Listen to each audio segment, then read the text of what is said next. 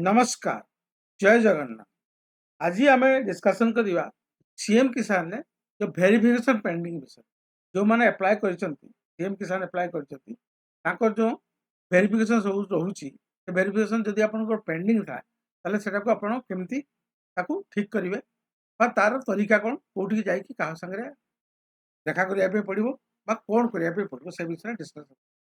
तो video skip न करी पूरा देखूँ मुझे को वीडियो सब तथ्य आप जोगे ठीक अच्छे। तो वीडियो टू स्टार्ट करने मो गोटे छोट अनुरोध जब आप प्रथम थर मो चैनल को आसवे तो चैनल को सब्सक्राइब करूँ बेल आइकन प्रेस करके वीडियो शेयर कर धन्यवाद। तो प्रथम देखूँ आप कौन क्रोम ब्राउजर को जाइए सीएम किसान लिखिले तो सीएम किसान पोर्टालटा खुलिक आसीगला मान देखूँ यहाँ खुलिक आसीगला ये देखूँ चाषी निमंत गोटे लिखाई चाषी ये गोटे एडटा आसो काटिदेवे आप एटा गोटे वाचन यूट्यूब अच्छी एटा काटिदेवे काटिदेला ये आप देखु जो मैंने भूमिहीन चाषी हो क्षुद्र चाषी हो आपणकर मध्यम धरण चाषी हो तो आपको सीएम किसान जोड़ा पीएम किसान मिल 6000 टका सीएम किसान मिल 4000 टका ठीक अच्छे। मध्यम बृहत चाषी को मिल 6000 टका पीएम किसान जो भूमिहीन चाषी मिल 12500 टका या तो ये तो आप समस्त जानी मानदंड देखिपारे क्षुद्र नाममात्र चाषी चाषी भूमिहीन चाषी परिवार उत्पादन उभय उत्पादन आवेदक निश्चित भाव स्थायी बासिंदा होगा दरकार सहायता राशि सीधा सड़क हिताधिकारी बैंक खाता बैठ हो। तो प्रथम तो आप चेक करदे आपंकर बैंक रे केवाईसी ना डीबीटी माध्यम जो पैसा आसो से आप केवाईसी दरकार।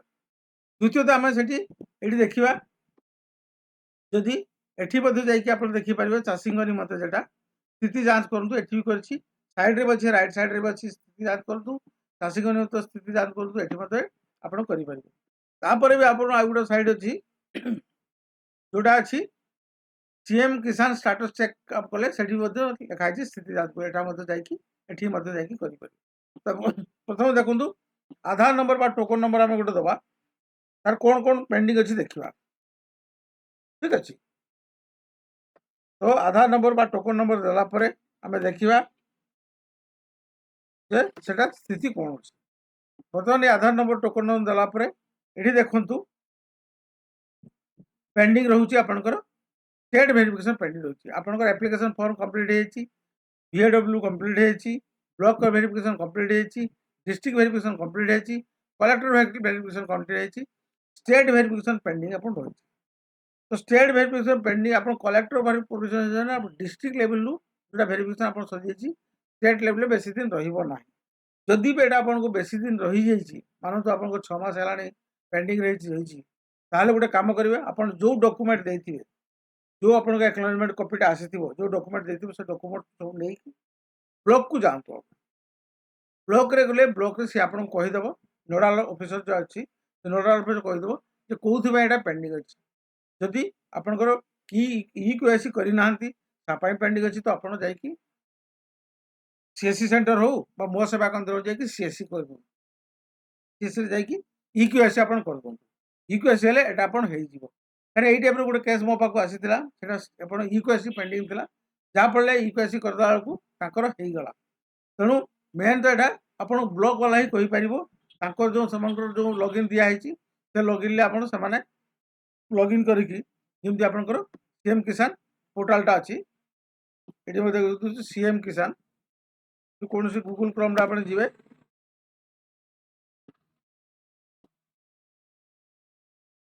सीएम किसान टाइप करेंगे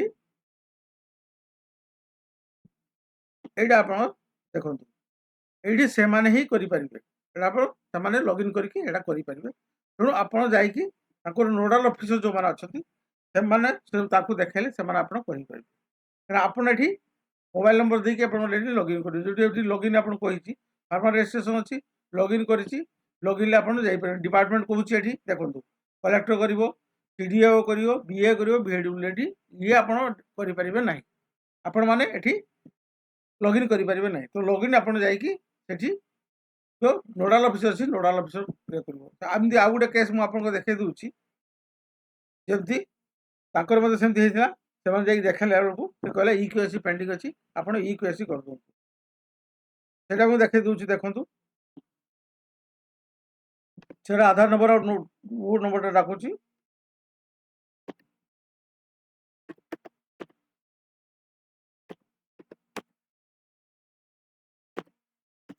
ଏଇଟା ଦେଖନ୍ତୁ, ଏଇଟା ଟୋକନ ନମ୍ବର ବା ଆଧାର ନମ୍ବରଟା ଦେଲା ବେଳକୁ ଏଇଟା ତାଙ୍କର ଏମିତି ପେଣ୍ଡିଂ ଥିଲା, କିନ୍ତୁ ଏବେ ଆଉ ପେଣ୍ଡିଂ ଦେଖାଉ ନାହିଁ, ତାଙ୍କର କ୍ଲିୟର ହେଇଗଲା।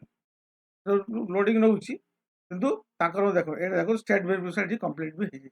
ଆପ୍ଲିକେସନ୍ ଫର୍ମ ବି କମ୍ପ୍ଲିଟ୍ ଅଛି, VAW ବି କମ୍ପ୍ଲିଟ୍, ଠିକ୍ ଅଛି। Block verification complete, district verification complete, collector verification complete, state verification ମଧ୍ୟ କମ୍ପ୍ଲିଟ୍ ଅଛି। ତ ଏଇସବୁ କିଛି କିଛି ଛୋଟିଆ ଛୋଟିଆ କାରଣ ପାଇଁ ଆପଣଙ୍କର ଭେରିଫିକେସନ୍ ପେଣ୍ଡିଂ ରହୁଛି। ତ ପେଣ୍ଡିଂ ବିଷୟରେ ଆପଣଙ୍କର ଯାଇକି ବ୍ଲକରେ ନୋଡାଲ ଅଫିସର ସାଙ୍ଗେ ଦେଖା କରନ୍ତୁ। ନୋଡାଲ ଅଫିସର ଯାଇକି ଆପଣ ସେ ଲଗ୍ଇନ୍ କରିକି ଆପଣଙ୍କ ଆପ୍ଲିକେସନ୍ ନମ୍ବରଟା ପକେଇବ।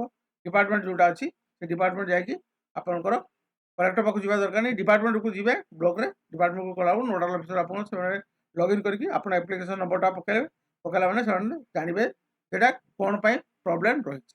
ତ ମେନ୍ କଥା ହେଉଛି ସେଇଟା ଯେ ଆପଣଙ୍କର ये जो इक्यूएसी पेंडिंग थाईपे बा डॉक्यूमेंट किसी मिसिंग थाईपे। डॉक्यूमेंट मिसिंग थे कलेक्टर हम ना तो किसी ना किसी गोटे थाईपे। मेनली आप इक्यूएसी थाईपे से टाइम लेते जदि अधिका टाइम अच्छी जदि आप मसे 2 मास लेट हो तो किसी असुविधा नहीं। जदि 6 मास ऊपर डिले होती जदि मसे 2 मास अच्छी आपंकर हे तो पैसा ट्रांसफर हो साथे सागे स्टेट वेरिफिकेशन क्लियर भी होमती भी बहुत केस होकर पेंडिंग थाए कि पैसा ट्रांसफर है स्टाटस चेक कला बेलू स्टेट वेरिफिकेशन क्लियर कंप्लीट हो तेणु बेस चिंता करा दरकार नहीं। जदि मसे 2 मास आप किसी चिंता करा दरकार नहीं, आप वेट करूँ यहाँ आपे आपे क्लियर हो। किंतु जदि अधिका हो 5-6 मास है पारना ताले आप जाकि ब्लॉक रे डिपार्टमेंट को नोडाल ऑफिसर को देखा करूँ, देखा करके क्लियर कर। तो वीडियो एति रही मत लगुनि बेस किसी आप डाउट थाए, जदि किसी डाउट थाए आप मत कमेंट कले आप डाउट क्लियर कर।